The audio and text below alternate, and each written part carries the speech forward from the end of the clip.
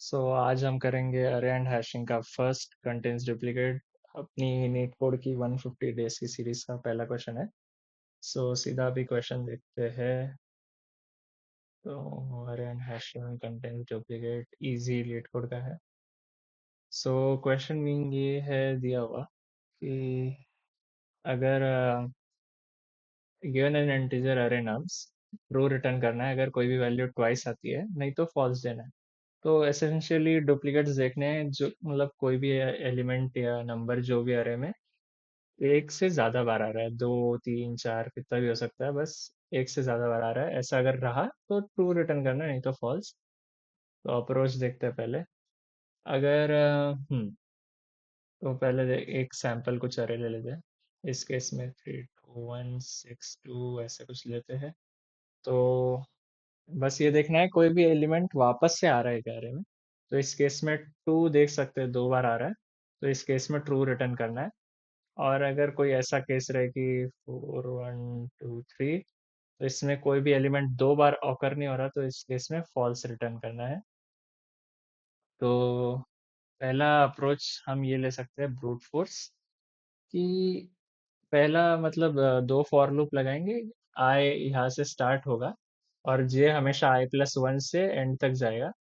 और अगर इस अरे को हम अरे का नाम नम्स पकड़ लेते हैं, तो अगर नम्स का आई कभी भी नम्स के जे के इक्वल होगा, तो उस केस में ट्रू रिटर्न करना है।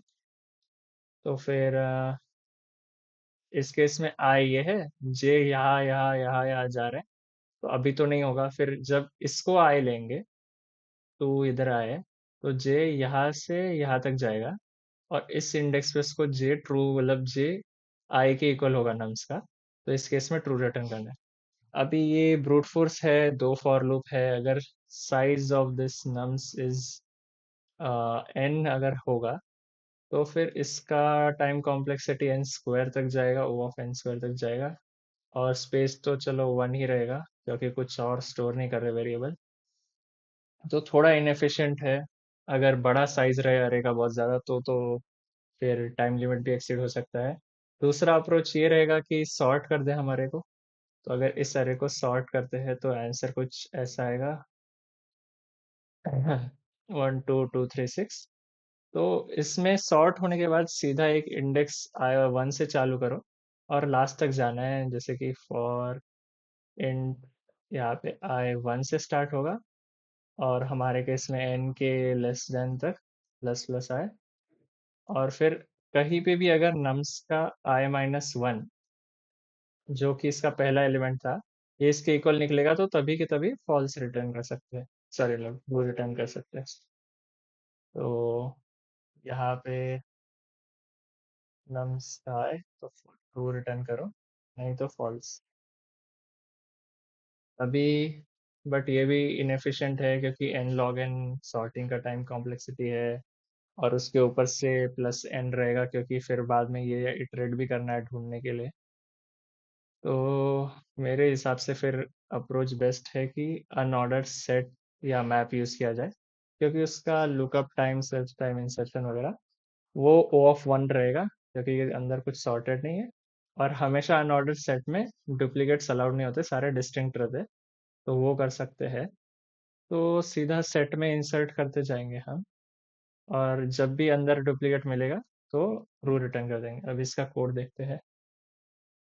पहले एक इंट एन टू नम्स का साइज अनऑर्डर्ड सेट एक डिक्लेयर कर देते हैं।